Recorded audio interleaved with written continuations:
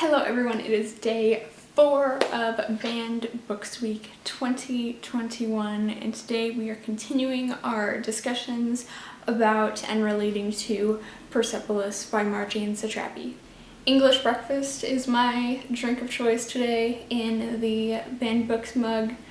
Whatever you're drinking, I hope it's lovely as well. Cheers, my friends, let's get started.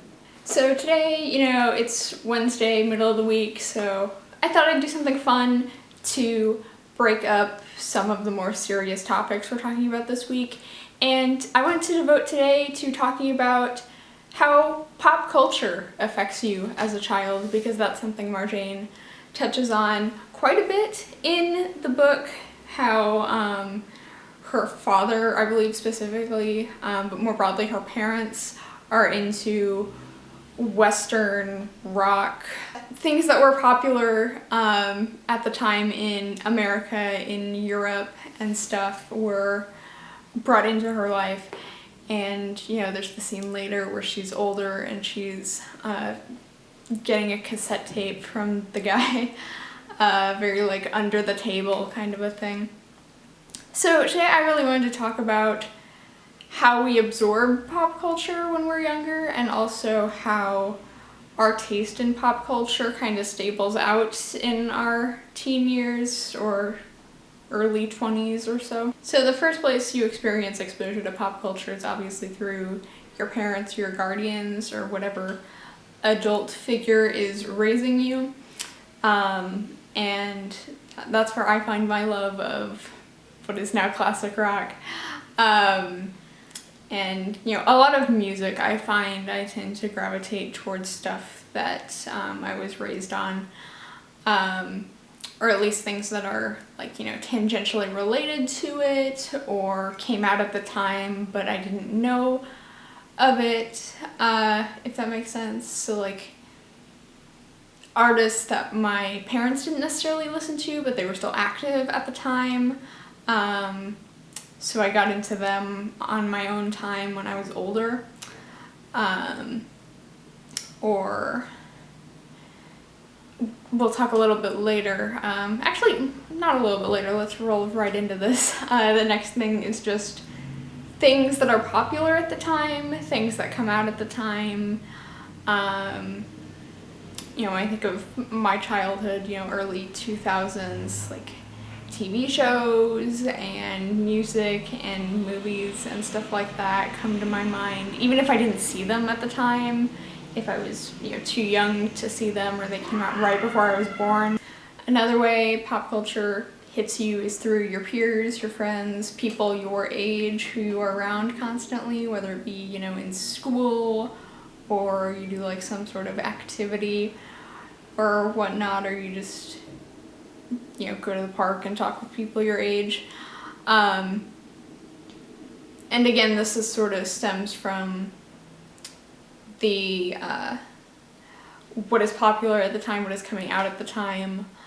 I guess maybe when you're a little older, like young teens, solid teen years, is when I feel like you kind of start going back. At least that's what I did, but maybe that's just because I grew up going to religious schools, and so some secular media either wasn't allowed or just wasn't as popular in my circles when I was a kid. But then coming out of it, I then had the desire to go back and listen to Panic at the Disco, or watch certain movies that I had never seen. And part of that was just being younger and not old enough to either appreciate it or understand it, or like not be old enough or mature enough to really get what you need to from whatever movie or show or what have you. I don't know, I guess I can't speak for anybody else, but if you didn't have that perspective where you came out of a culture at like 13, 14, and then had the desire to go to what was popular like 10 years prior. Have you had that divorced from coming out of a subculture at all. I feel like this isn't super analogous to Persepolis because Marjane kind of goes under the radar for pop culture, or at least pop culture outside of Iran in her younger years. But I don't know. I'd love to hear if you're not somebody who left Christian fundamentalism at a very key moment in your development. I'd love to hear, have you returned to maybe not old favorites, but things that you just were never exposed to when you were younger? I'd love to hear. I'm very curious because obviously I just have my one childhood to go off of. And lastly, I just want to end on how your tastes stable out. It's rough and it depends on who you are, but generally, especially if you're talking about music, your tastes tend to stable out between the ages of like 13 and 20, more or less, plus or minus a few years. And I think that's really interesting. Maybe it's just because I'm 20 now, so I can't really tell. I don't have the depth to tell, but I feel like my music taste in particular has definitely stabled out.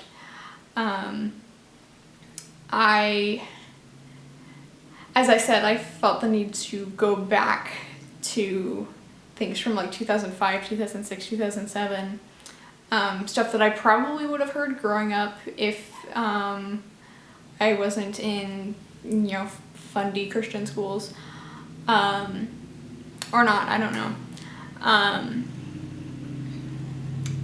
But I definitely don't feel a drive to connect with newer media, and this goes beyond music, so like new TV shows, new movies, stuff that I'm not familiar with even tangentially, I find kind of hard. And this might be a anxiety thing or a mental health thing, because usually I like to retreat to what I know, and watch familiar things, listen to familiar things. And so I tend to stick to what I know I like, if that makes sense.